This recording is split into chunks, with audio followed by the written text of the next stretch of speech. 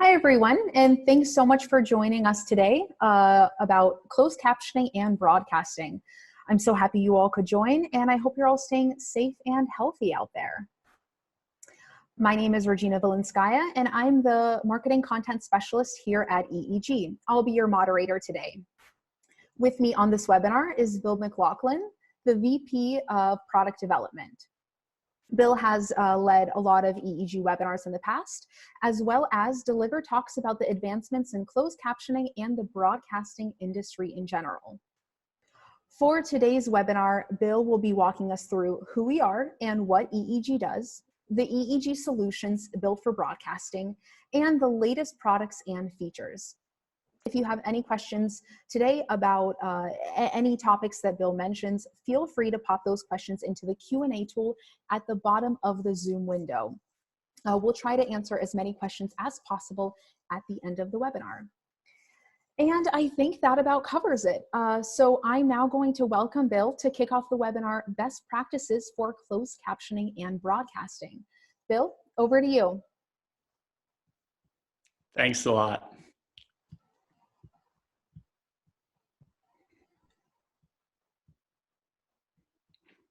Okay, can you see me great? Yes, great. Awesome. Thanks everyone for coming. It looks like we've had great attendance, and it's really good to be able to talk to everybody. Usually this time of year, we're out in Vegas at the NAB show, and it's a really great time to talk with all our customers and partners. It's a shame to be missing that, but we'll do what we can to, try to share a little bit about what's been new with what we're doing, some general information about the products for anybody who's learning about them for the first time, and happy to take any questions both this week and, related to anything that's going to be in next week's webinar. So I lead the product roadmap team at EEG generally. So a lot of what we talk about today, it's going to be about the things we've developed over the last couple of years, but also especially the things that are brand new this year. We have development essentially in our SDI product lines that have been established for a long time, and also related to IP, trends in AI and speech-to-text captioning, and helping our customers move to software-based installations, and specifically to cloud deployment and new video applications beyond entertainment and news media, like video learning, classrooms, meetings, video conferences, obviously, right in the present time. That's a very active subject as well. Our business interests kind of are at the intersection of video, AI, and IP production, and how that works with accessibility. The company has been providing accessibility products since the early 1980s. The encoders were, traditionally reachable with a dial-up modem, serial port, and we've come a long way from that towards being really a IP-focused and cloud-focused solution, and really providing a communication solution that's bringing real-time caption services into the video production plants. Today, we'll be talking about kind of how that fits specifically for broadcasting and, kind of live news and entertainment media.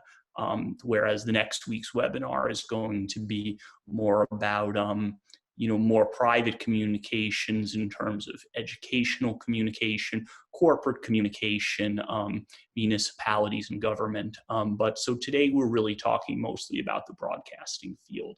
So we will talk about the HD492, which is our flagship unit right now for SDI closed caption encoding. And we'll also talk about the Alta software, which is a software closed caption encoder that has a lot of the same features that you've come to expect if you've worked with SDI closed captioning gear, especially EEG gear in the past, but bringing that into IP and cloud video production. And finally, we'll talk about Lexi, which is the product family that kind of brings AI advances into the mix and does speech-to-text AI and text-to-text translation AI, and tries to make sure that the creation of accessible media can, be done in the broadest and really most business effective and sustainable way possible. So beginning with our 492, this is an SDI closed caption encoder. It's SDI in and SDI out. This series of units, which began about 12 years ago with the HD 480 unit, which was the first closed caption encoder really to support bidirectional IP communications through ICAP, basically exchanging the audio through the captioning in a structured IP connection over the cloud. That first came out on the 480, which was about 12 years ago. And this series has continued to be updated, for security, for new communications methods, for going from SD to 1.5 gig HD SDI to now 3 gig HD SDI, and upcoming, we'll talk about that in a moment, there will be a 12 gig version. And what's really best about this unit is the super simple integrated connection to captioners through ICAP. So ICAP is going to be a bidirectional encrypted IP link between the SDI equipment that's in the broadcaster plant and a remote captioner. And it's more reliable than using something like a dial-up modem. It's a lot more secure than using a dial-up modem. It provides better quality audio to the captioner than other phones and other out-of-band systems, and it's very low latency. So it's really a dedicated tunnel for that caption data, giving the captioners exactly what they need to receive from the encoder and putting it all into a package connection that is very easy to set up from an IT standpoint. It relies on an outbound connection model. You don't need to put it completely outside a firewall and public hosted IP address or anything like that. It pretty much works from within your standard broadcast installation. This also has all of the traditional methods for caption communication. If that's something that you still have needs for, the unit comes with a telephone modem. It even has an option for a second modem if you're doing 2 languages or 2 different devices of traditional modem captioning. It supports serial input from teleprompters or other kind of local on-prem captioning devices. And you can take input to it on the just unencrypted local plain text TCP/IP connection. That's disabled by default for security reasons, but in a local connection mode, sometimes that's a simple thing to do. If the captioner has a way to hear the audio from being on site at an event or in the studio or anything like that, then that can be a reasonable option too. The 492 is going to take audio off of the SDI signal, and it finds the audio in the embedded audio data and is able to down mix that, select the channels that have your dialogue most strongly, and it creates a low latency encrypted feed to the captioners. So you basically have an ability with the 492 to determine which captioners are going to be able to access your encoder. Thousands of captioners have the software downloaded and really just need an access code to get started with a new customer on that encoder. And when they get the audio, they'll return a transcription, and the HD 492 will put that transcription data into SDI VANC. And at that point, it's in the SDI signal, and any kind of downstream receivers are going to be able to pick up that caption data for recording, for compression, for over-the-air transmission, really any type of use case. Typically, those SDI VANC captions will be the format that's useful for communicating caption data. When you're using ICAP, you have a lot of workflow advantages because you're using really a software-driven system that isn't just a point-to-point connection like a modem or a telnet connection. So in addition to the security and IT advantages of that, you have logging of everything that happens. You kind of know when any captioners come in and out of the system, so you can track access. If there's any type of discrepancy report or viewer report about a caption absence, you can monitor were the captioners in when we expected them to be in. You can even download as run caption files that you can ingest into a system to do caption editing, or just text transcripts to show you what was sent, with or without timings attached. So you have a lot of ability to record and repurpose everything that comes in over ICAP, in addition to access to the logging and access to the AI services like Lexi, when the encoder owner is ready to look at any of those.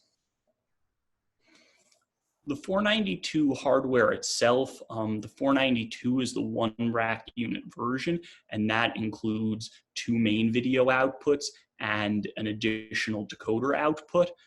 It also includes options to purchase some extra software modules. So we have a new software module, for example, that can ingest or output 2110 ancillary data. So effectively, you can move ancillary data between the SDI and the IP domains in a 2110 system. And there's also modules that can do things like play back a caption file in real time into the video signal based on embedded time codes.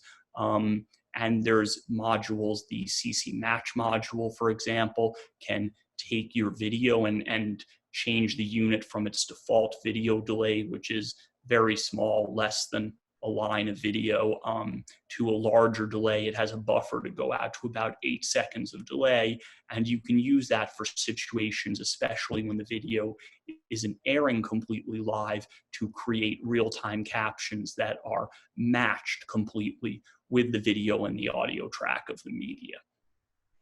Some of those features are also available on the 1492, which is the open gear card version of this product. It's a frame card. You can sit 10 of them in an open gear frame. It has most of the same features. The decoder is not built into that one. And I believe the CC match feature is not built into that one. But it has a lot of the same features and is another deployment option. There will be another unit also coming into this product family by the end of 2020 that's going to be able to process 12 gigabit per second SDI. So what that allows you to do is have a native 4K signal and actually put captions directly into that, or to be able to decode captions in a 4K signal and have a native 4K decoder output, which is probably more an AV application right now than a reality for most broadcasters. But it's good to have that option for sports events that we might be capturing in 4K now, to put captions in the native format.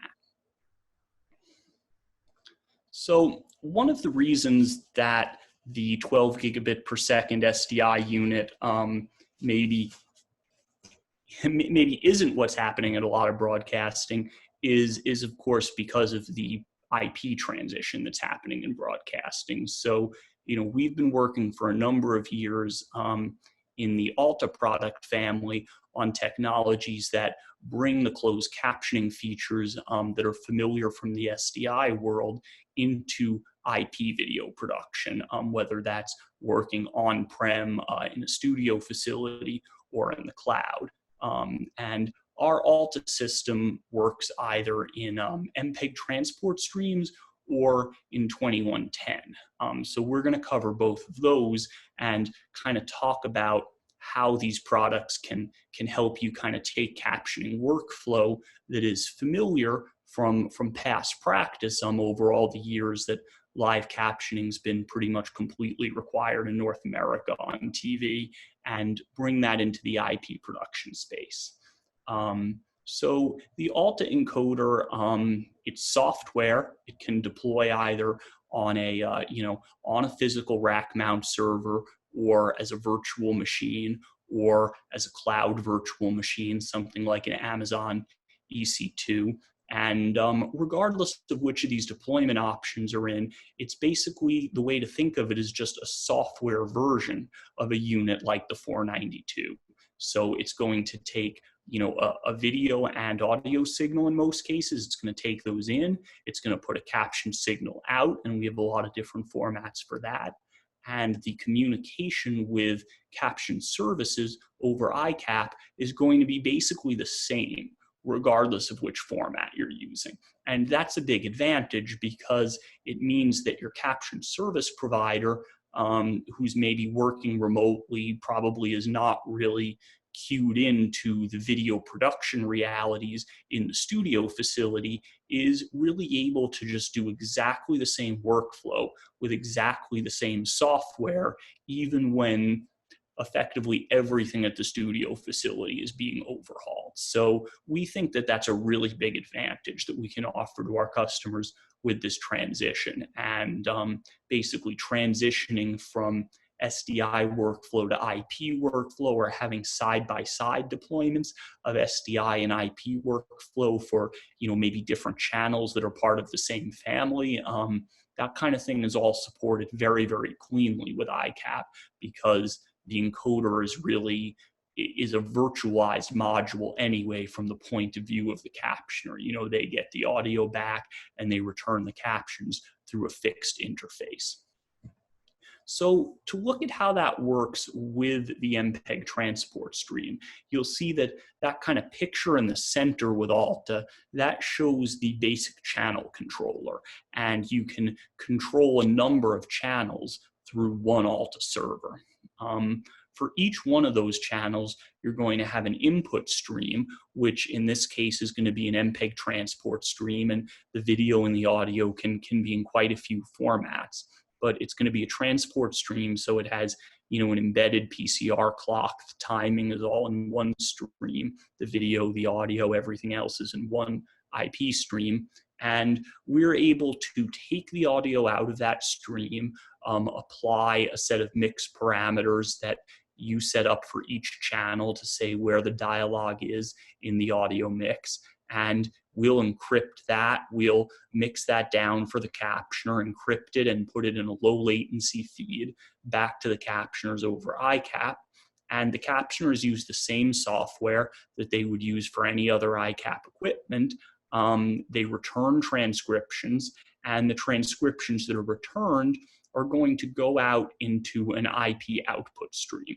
So in most cases, when you're working in transport stream, the IP output stream is going to be the same video and audio signal as on the input, and we're going to add the captions into the user data embedded in the video.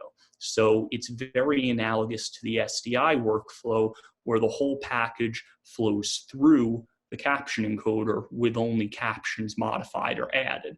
And in the transport stream domain, this works the same way. The whole package passes through, the audio coding, none of those parameters are changed. The captioning is just added, and adds a really pretty trivial amount of extra bandwidth. In most cases, it's going to be the same bandwidth coming out as going in, and just a small amount of null packing data that was in the original stream will be replaced with captions on the output. We've had a lot of success with this in sports and OTT types of environments, working with cloud production and having an MPEG transport stream either in unicast in the cloud or multicast for on-prem installations usually. And so we've been finding that some new formats need to be supported. So compared to what you've maybe seen on this product previous years, there's a couple of new caption output formats that are supported. The product now supports HEVC input video, so you can do streams. It's been qualified up to 200 megabits per second of HEVC streams, so that's really pretty much a perceptually lossless stream. You also can have DVB encoding for UK or European broadcasting, and that can be the DVB teletext format, or the DVB subtitles format that has the rendered bitmaps of the captions. We can also output the DVB streams or SMPTE 2038, which is a transport stream wrapper around VANC data. We can output those as a separate stream from the Alta system, independent of the audio and the video. So in those cases, you could be using an external multiplexer, save some bandwidth going in and out of Alta, for example, by sending only the audio and sending out only the caption stream. And we'll see how that's analogous to what would be the general workflow in 2110 in a second. One other thing to mention is that a lot of times the Alta product is deployed kind of with other playout and channel in a box products. The Evertz Overture or ORT is very popular, and another reduced bandwidth, very simple option with that is you can use Alta for the caption communications, for the audio disembedding and the communication with the live captioners, the aggregation of multiple channels maybe to a single captioner. And you can take the output and actually shuttle that over through a unicast telnet connection to the external product if that product can take Control A or 608 or 708 data. So that's a pretty common installation too that helps save some of the bandwidth and complexity. And finally, we've done a lot of development actually in Alta in the SCUDY35 domain, which is essentially triggers for ad availability and program segmentation. And we can trigger these SCUDY messages based on IP input, based on some HTTP API information from various types of scheduling systems. And Alta can inject those triggers into the transport stream in live production. Alta is also able to create a log of all of the inbound triggers. If you set up a channel that has SCUDY35 data in the transport stream going in, you can actually log and capture all those messages, and that can be very good for any type of discrepancy logging and involving the advertising or the segmentation. This shows the Alta 2110 system. The 2110 system is very, very similar to the transport system. We provide that as a separate VM or server installation, but a lot of the software runs really the same way and would be very familiar. In 2110, the major innovation is that the video, the audio, and the ancillary data all travel in separate RTP streams rather than in the same stream. And the synchronization is handled by an external PTP clock. And that's kind of a standard technology that is supported by most higher end switches and things like that. And you can get very accurate time synchronization to within say 10 nanoseconds or something like that. So plenty enough for your audio and captioning for sure.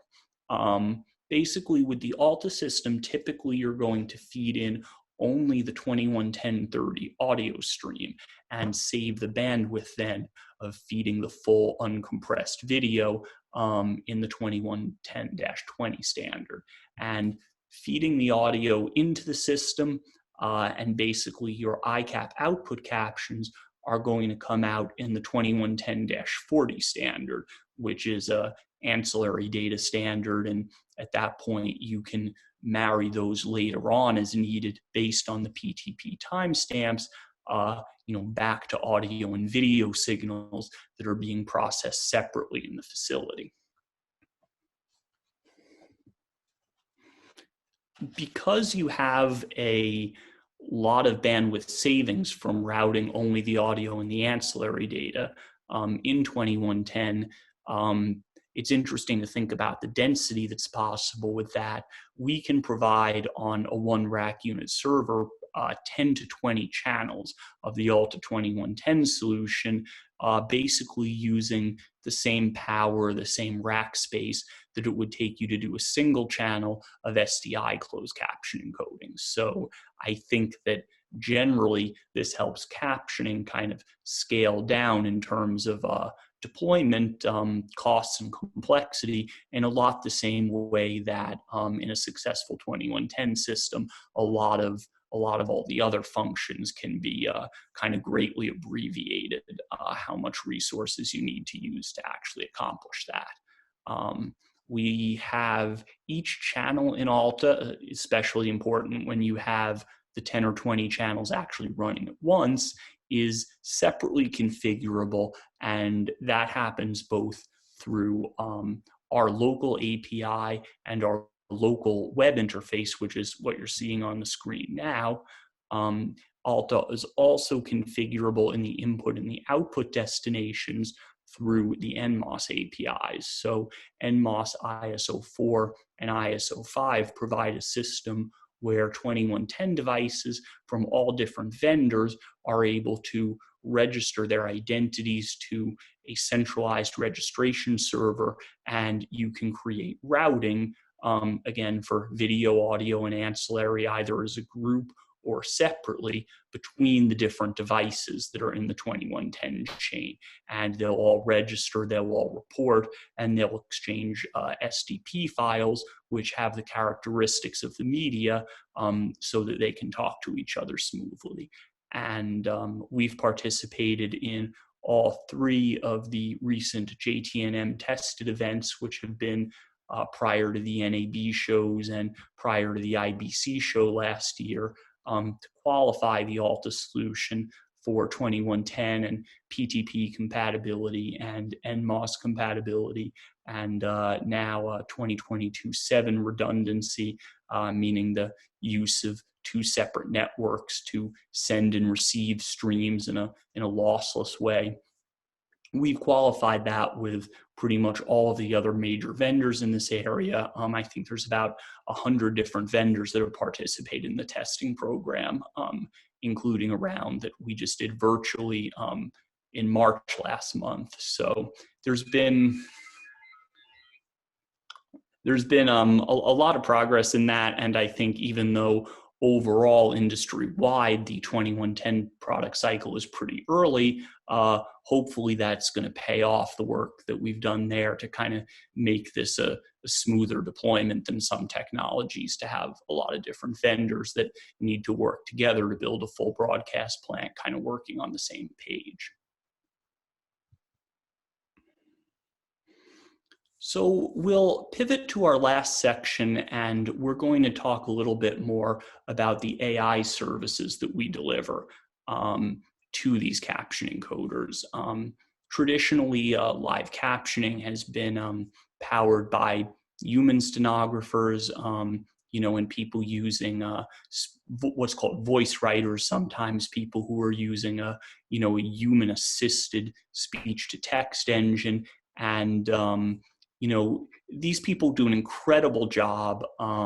It's something that it's a hard job, and there is a lot of complaints even when it's done well. But there's a lot of good work that's done. The human model has some issues with costs and scalability, and so of course there's a tremendous amount of interest in applying AI to this problem, and different presentations and kind of big picture thought pieces on broadcasting and AI have often been very focused on closed captioning as being, kind of one of the most obvious, easiest innovations. And we've found that it's actually rather difficult to deliver a really high quality AI captioning service with low latency, with high reliability, that really fits into broadcasters' way of working.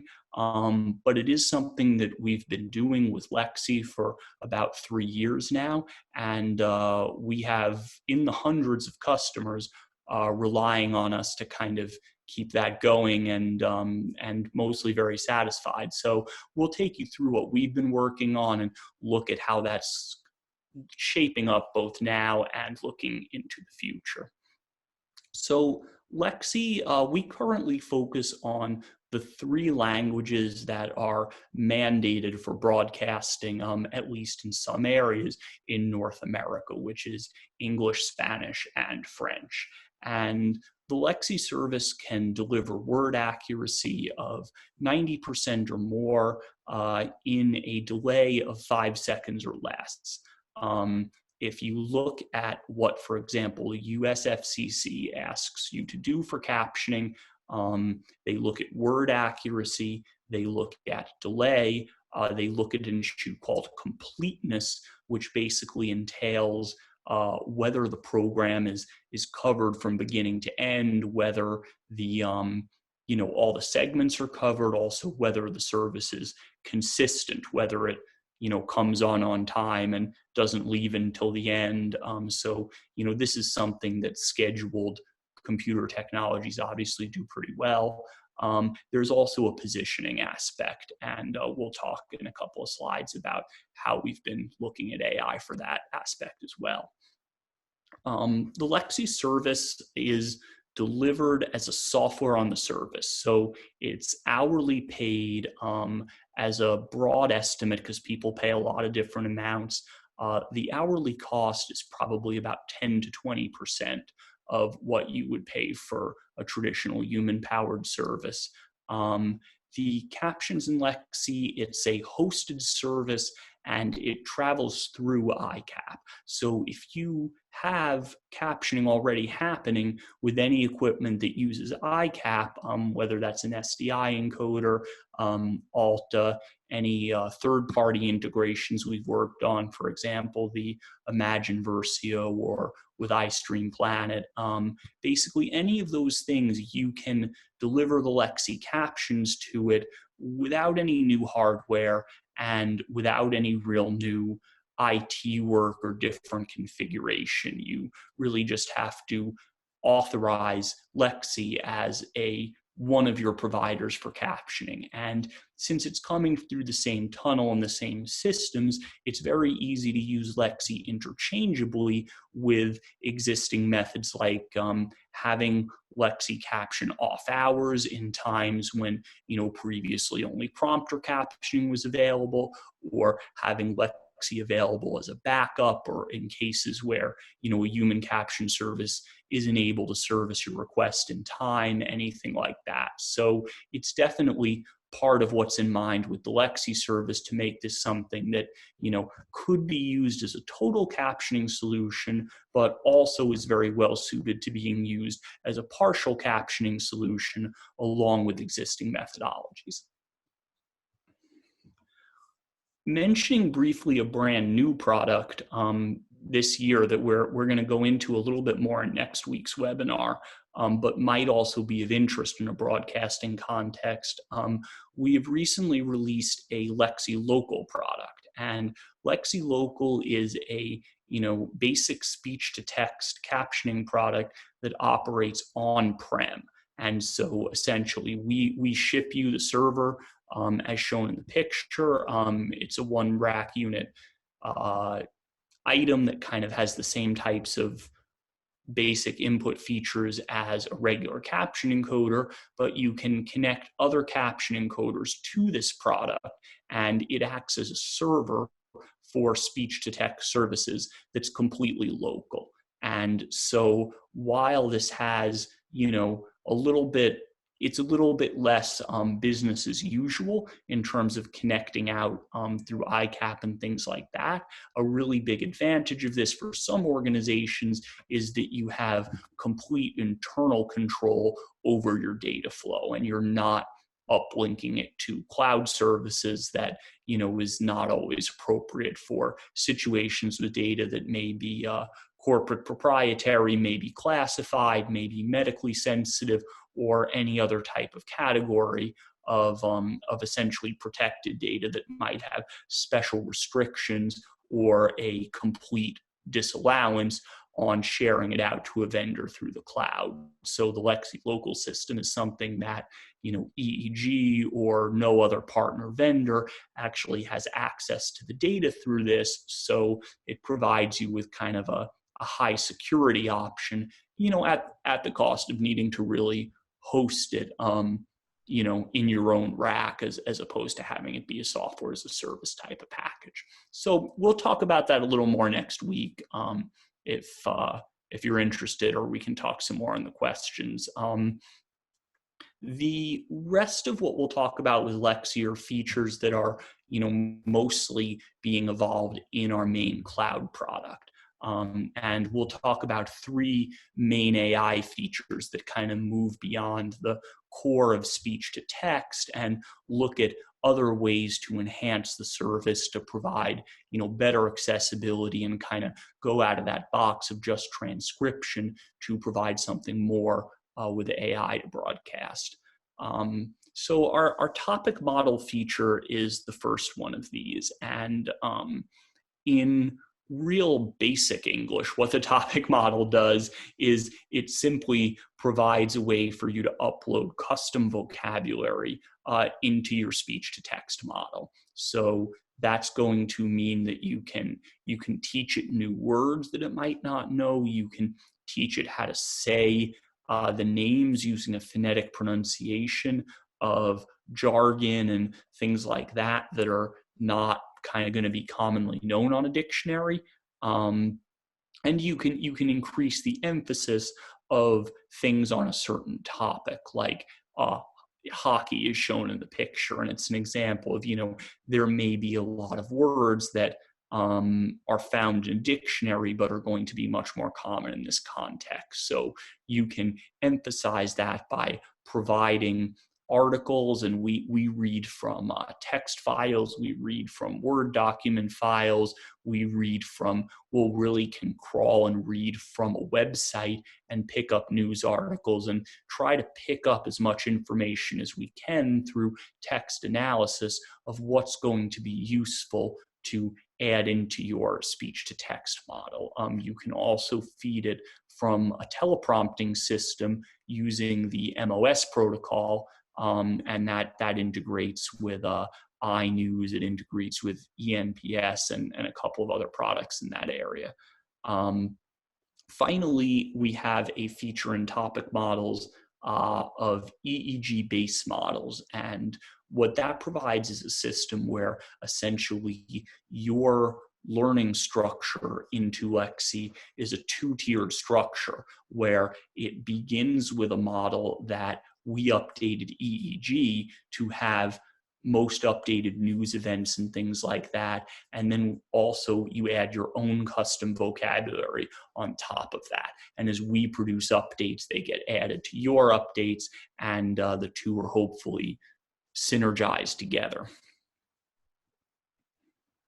The Lexie Vision system is an option that can work with any ICAP product that has the ability to update to post video to ICAP. So most of the later SDI encoders, most codecs that you would use through the Alta Transport Stream product, if you've ever used the RTMP Falcon product, these all have an ability to upload little low-res videos for use in caption positioning.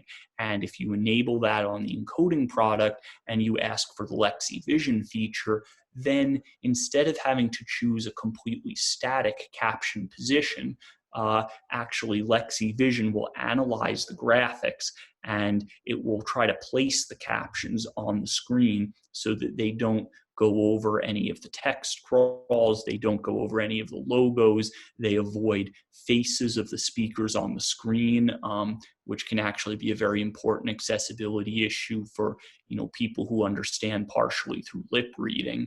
And basically, these are all FCC requirements that the captioning does something about this.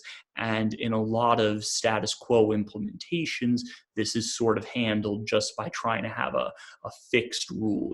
We always put the captioning on the bottom a little bit above the crawl. But with Lexi Vision, you're actually able to be a bit more dynamic than that.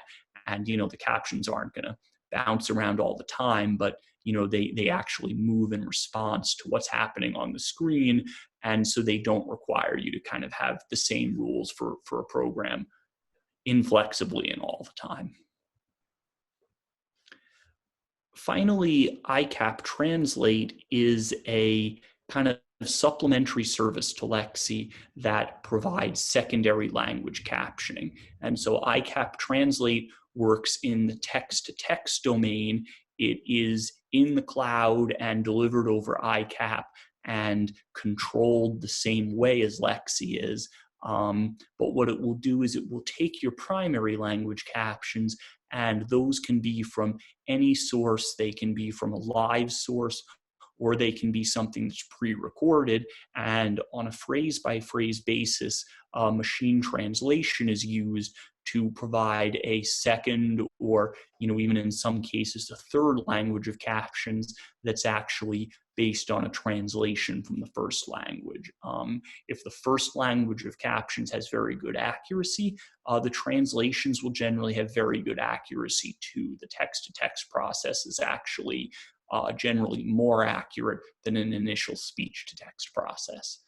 So it's good for secondary language captioning. Typically in a broadcasting application, you would only use 2 languages because it's difficult to get more languages than that through a conventional workflow and to the consumer decoder. But then in some types of OTT workflows, you may have a player that actually can support additional languages. And so we can help with that as well in Translate. We've been doing Lexi now for 3 years, as I said, and have definitely begun to see some accuracy improvements, even in the time that we've been doing this. So, that's encouraging. A lot of the promise of the ASR technology is, of course, that this is something that, there's so much development in for basic consumer applications in addition to more strenuous professional applications like broadcast captioning. And the models do keep getting better. We've added a couple of new models that are now available on EEG Cloud TV, our public site. And if it's something where you've maybe tried this before and felt that the quality was sort of only so-so, I would definitely encourage that you try again with some of the newer models. I think that as a basic point of reference for kind of typical anchored news commentary, we're seeing an increase probably from something that was more likely to be in the range of about 90% accuracy on words to, maybe more like 95 with some of the new systems. So that's pretty exciting difference. I mean, that's a big reduction in the number of errors. And, I do expect that we're going to keep improving that. We're working with a number of different partners to try and put together the best system possible. So that's the basic stuff we have to share for today. I think that there's so much going on in the IP transition and in the AI space right now that's really where our development focus has been probably since about the last NAB show at least. And, moving forward, hopefully we'll all be able to get together for IBC and show some new things. But of course, everyone's just seeing how it goes. But the Alta and Lexi solutions have been evolving very quickly. And definitely we would like to talk more about that to anybody that has some interesting applications. The SDI encoders are, still probably, despite that being a technology that's stabilized to some extent, I think, we still deal on a daily basis with people who are, having problems captioning with dial-up modems. That's a situation that, all the telcos have gone digital and VoIP with the data. They're not trying to support 56K modem anymore. And honestly, that's become a little bit of a disaster in the live captioning field. And so, the HD 492s and your basic ICAP encoders, I think, still have an important role in that. And in preparation for, once you've got the ICAP connection in there, you're sort of ready to start working with some of these other services and start making a path into IP, because clearly as plants move into public cloud and things like that. I am not really aware of any availability of putting a modem up there. So that's been on our, thought map for many years, and I think is really finally becoming a reality. So it's a pretty exciting time. Thank you all for coming. I think Regina is going to help take some questions. I hope we've got some good ones. I think we have as much time as anybody needs. So let's go to that. Sure. Yeah, so we have reached the question and answer portion of this webinar. If you have any questions and haven't already done so, please feel free to ask your questions in the Q&A tool at the bottom of your Zoom window. So we were asked if there will be a recording of this webinar. I did want to let everybody know that yes, this webinar is being recorded, and this will be available both on YouTube and on our website. I will also notify all attendees of today's webinar of the recorded and published webinar. We also got a few questions about ICAP Translate. First of all, can ICAP Translate be activated on the fly, like for a guest presenter at an event?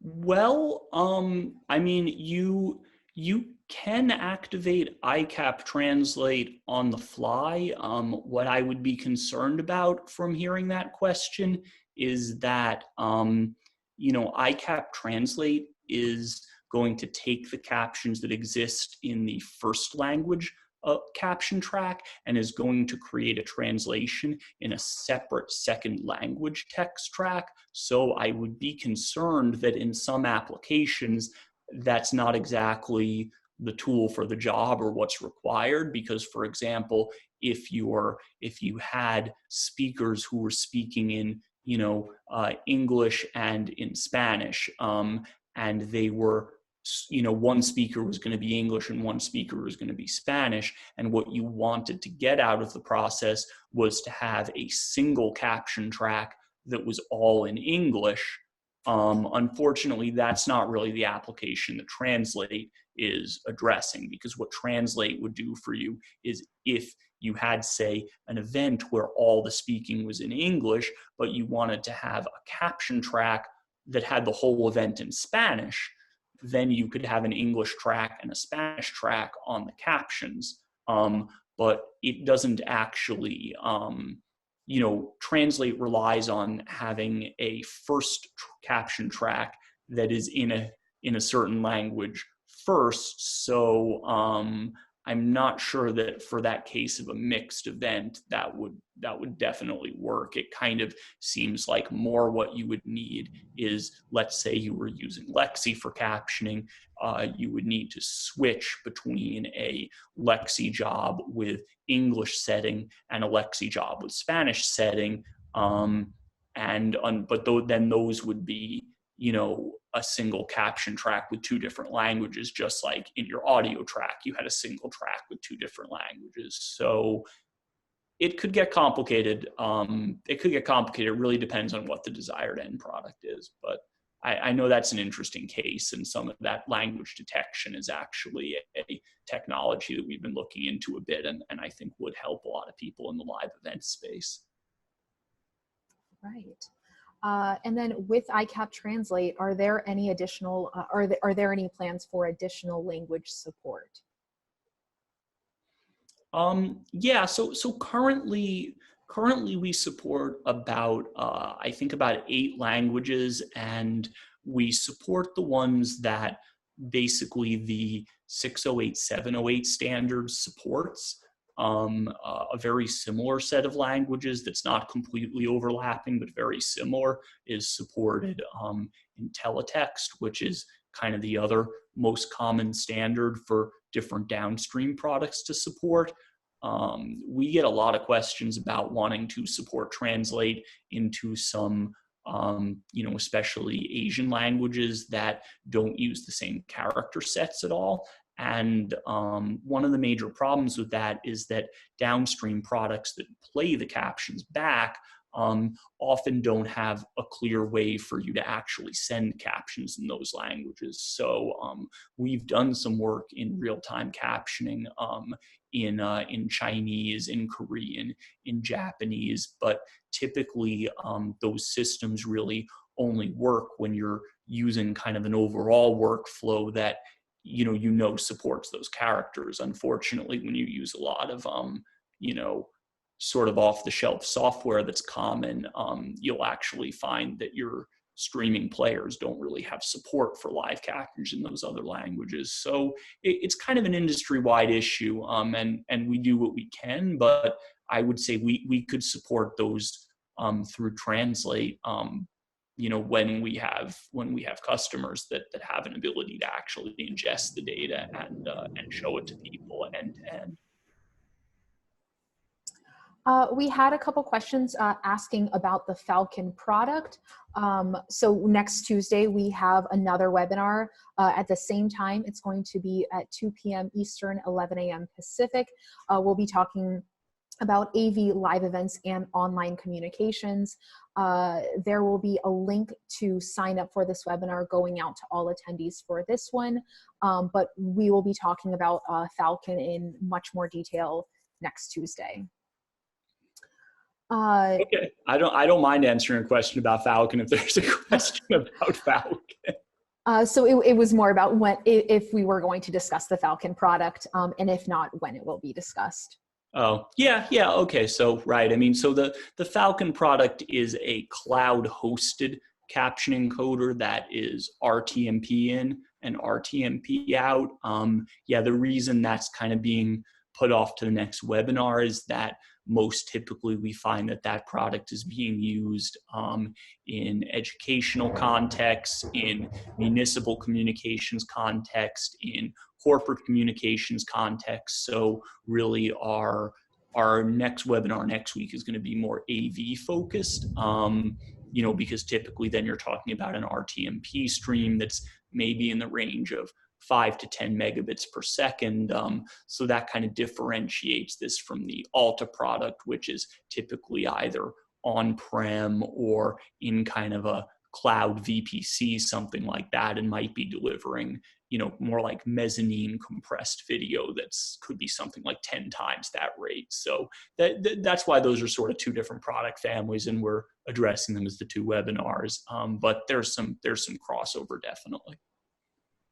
Someone is also asking about EEG's roadmap for 12G SDI. Yes. So as we covered in the video, in the fall, by the end of 2020, probably at an IBC show, if things go according to plan, we are going to be officially releasing and shipping encoding and decoding in 12 gig SDI. And that's basically going to be a unit that's going to be very similar to the 492. It's not going to obsolete the current 492 anytime in the currently roadmapped future, but there will be a unit that basically has similar features and has a new 12 gigabit per second input board. So that is something we're actively working on. All right, and someone is asking about the best suggestion to use ICAP Translate with 90% accuracy by using professional captioner or Lexi. So maintaining accuracy when using ICAP Translate. Yeah, so Translate is translation accuracy. We've done work on this and kind of tried to come up with the best ways to grade it. And translation accuracy in general is a little bit harder to attach a number to than word accuracy in speech to text, and of course that has its own challenges too, which I won't get into right at this moment. But especially in Translate, of course there are multiple translations for any phrase that could basically preserve almost all of the meaning and be mostly correct. There are also a lot of ways to misinterpret things, and whether that's on, obviously whether that's on a word level or a phrase level, can be a complicated topic. That being said, from a basic subjective viewpoint, I think for the translation accuracy of well-formatted text using Translate is probably over 95%, if you kind of want a single analogous number to the kinds of numbers you would use in word error rate for Lexi. Now, if you're starting with a transcript that is imperfect in the first language, which, any live captioning performance is generally going to be not 100%, really that's something to look out for, because the inaccuracies in the performance on track 1 are going to sort of probably be multiplied by going through the translate process, unfortunately, because, for example, words that might sound similar in one language that might be transcribed imperfectly, but it's kind of easy to understand where the error lies. Once you put that through translation, it can become harder to see how this ever seemed right to anyone. So it is important to start with the best quality captions possible. If you have a Lexi translation that's in the 90s and you put that through Translate, I think your results are still going to be pretty good. If you have a human captioner performance that's 95% plus and put that through Translate, then I think that's going to be very good also. Obviously the best possible case would probably be that you had something like a pre-recorded script that was 100% accurate, and then we're putting that through Translate, but clearly for a live event, that's usually not going to be the case. But any good initial caption performance should still be pretty good when you put it through Translate. And it looks like we have time for just one more question, which is asking if EEG supports NDI.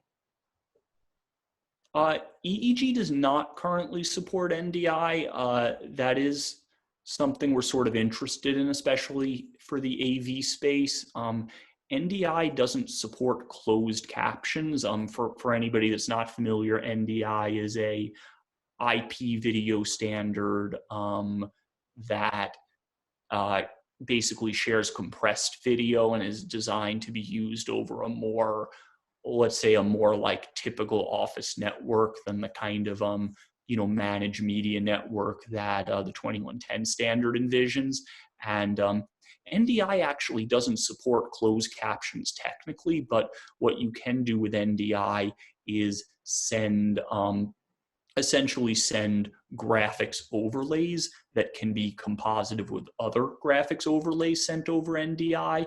And that's been something that we've been looking into doing, again, mostly for having open display when you have live event AV captions, kind of similar to, and we're going to talk about this product in a lot of detail next week, but our AV 610 product, which is for, in-person caption viewing, and gives you a couple of options to squeeze back and scale the video to preserve a space to display captions on screen, or to just have a, kind of a jumbo screen that's just text, or just text and a logo, and display captions to people who are actually attending an event in person that way.